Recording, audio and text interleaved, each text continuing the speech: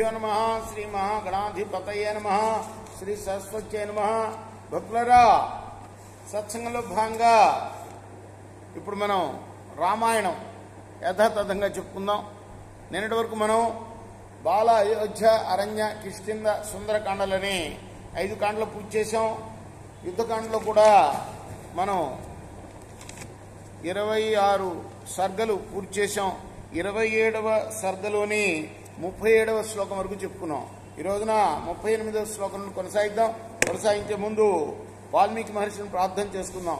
పూజంతన్ రామ రామేతి మధురం మధురాక్షరం ఆరుహ్య కవితా శాఖం వందే వాల్మీకి కోకిలం. స్వస్తిగిరి సహస్రాణి రమ్య కాంచన పర్వత తేషాం మధ్యే గిరివరస్వమిర్వానగ రక్షసాం తత్రైతే కపిలాః శ్వేతాః త్వాం రాస్య మధుపింగళ నివసంత్యంతిం గిరౌ నివసంత్యంతిమగిరౌ తీక్ష్ణాదంశ్రా నఖాయుధాః సింహా ఇవ చతుర్ద్రంష్ట్రా వ్యాఘ్రా ఇవ దురాసదా సర్వే వైశ్వానర సమాజ్వలదాసీ విశోపమా సుదీర్ఘాంచితలాంగులా మత్తమాతంగ సన్నిభా మహాపర్వత సంకాశ మహాజీముత నిస్వన వృత్త పింగళ నేత్రాహి మహాభీమగతి స్వన మర్దయంతీవ తే సర్వే తస్తుర్లంకాం సమీక్షతే. ఇంకా పూర్తిగా వానరుల గురించి ముందు పరిచయం చేశారు. సుఖసారణులు ఎవరికి? రావణాసుడికి. ఒక పెద్ద పర్వతం కోట్ల కొలతిగా గల వానరులను చూపిస్తూ అందులో ముఖ్యమైన యోధులు, వాళ్ళ వెనక ఎంతమంది సేన ఉన్నారు ఇవన్నీ చెప్పి తర్వాత భల్లూకాల గురించి మధ్యలో చెప్పి మళ్ళీ వానరుల గురించి మళ్ళీ చెప్తున్నారనమాట. ఇంకా కొంతమంది వానరులు మిగిలిపోయారు ముఖ్యమైన వాళ్ళు, వాళ్ళని పరిచయం చేస్తున్నారు. వాళ్ళు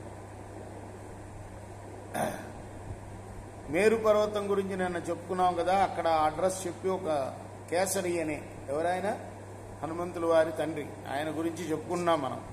ఈ మేరు పర్వతం మీద 6-10,000 బంగారు పర్వతాలు ఉన్నాయట. 6-10,000 కాదు, 60,000 బంగారు పర్వతాలు ఉన్నాయి.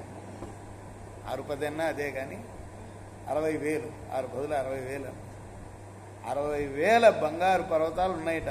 ఒక్క మేరు పర్వతం మీదనే 60,000 శిఖరాలు అనుకోవచ్చు మనం కదా. మహారాజా, వాటి మధ్య రాక్షసుల మధ్య నీవు ఎలా ఉన్నావో అలా ఒక పర్వత శ్రేష్టం ఉన్నదయ్యా. చివరి పర్వతం మీద ఈ వానరులు నివసిస్తూ ఉంటారు. ఎవరు? ఈ కేసరి అనుచరులు, కేసరి వీళ్ళల్లో కొందరు నల్లగా, కొందరు తెల్లగా, కొందరు ఎర్రగా, కొందరేమో తేనె రంగుతూ ఉంటారు. వీళ్ళు తీక్షణమైన కూరలు ఉంటాయి వీళ్ళకి. గోళ్లే వీళ్ళకి ఆయుధాలు. ఏ కోతికైనా గోళ్లే ఆయుధాలు కదా. మరి సింహంలాగా 4 దంతాలు గల వీళ్ళు వ్యాఘ్రంలాగా అంటే పులిలాగా సమీపంప శక్యం కానివారు.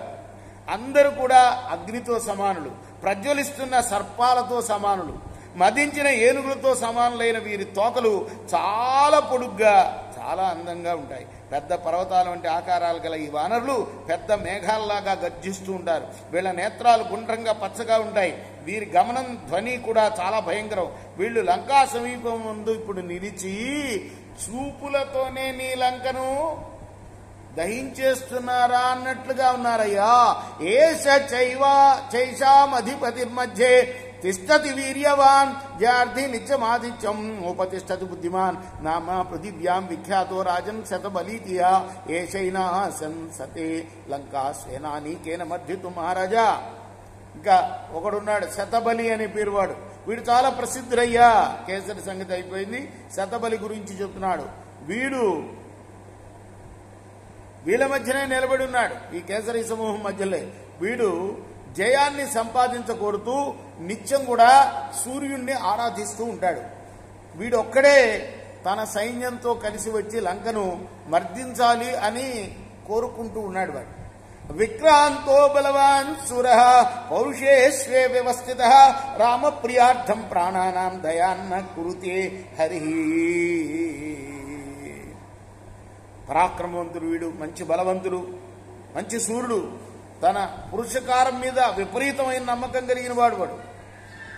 ఈ శతబలి రాముడికి ప్రియం చేయడం కోసం తన ప్రాణాలను కూడా లెక్క చేయడయ్యా. గజో గవాక్షో గవయో నలో నీలశ్చ వానర ఏకైకమేవయోధానాం కోటిభిర్దశభిర్వృతః. అలానే గజుడు, గవాక్షుడు, గవయుడు, నలుడు, నీలుడు ఒక్కొక్కడు కోట్ల కొలది యోధులతో కూడి ఉన్నారయ్యా. తథాన్యే వానర శ్రేష్ఠ వింధ్య పర్వతవాసిన నశక్యంతే బహుత్వాతో సంఖ్యాతం లఘు విక్రమా. వీళ్ళందరూ కూడా వింధ్య పర్వతవాసులు. వీళ్ళు కాక ఇంకా చాలా మంది ఉన్నారయ్యా, లెక్క పెట్టడానికి సాధ్యం కాదు. సర్వే మహారాజ మహాప్రభావ సర్వే మహాశైల నికాశకాయ సర్వే సమర్థా పృథివీక్షణేన కర్తుం ప్రవిధ్వస్త వికీర్ణ శైలా. మహారాజా, ఇప్పుడు చెప్పిన వాళ్ళందరూ కూడాను, ఈ వానరుల్లో అందరూ కూడాను మంచి ప్రభావం గలవాళ్ళయ్యా. అందరూ కూడా పర్వత సమాన దేహులు, మామూలు చిన్న చిన్న కోతులు కాదు, పర్వతం లాంటి కోతులు సుమా. క్షణకాలంలో ఈ భూమిపై ఎన్ని పర్వతాలు ఉన్నాయో అన్నింటినీ కూడా ధ్వంసం చేసి చల్లా చెదరు చేయగల సమర్థులు సుమా. ఈ చార్చే శ్రీమద్ రామాయణ ఆదికావ్య యుద్ధకాండే సప్తమింశ సర్గ. ఇది వాల్మీకి ఋషి ప్రోక్తము ఆదికావ్యము అయిన శ్రీమద్ రామాయణంలోని యుద్ధకాండలోని 27వ సర్గ. రేపు మనం 28వ సర్గను ప్రారంభం చేద్దాం. కృష్ణార్పణమస్తు. సాయి కృష్ణ.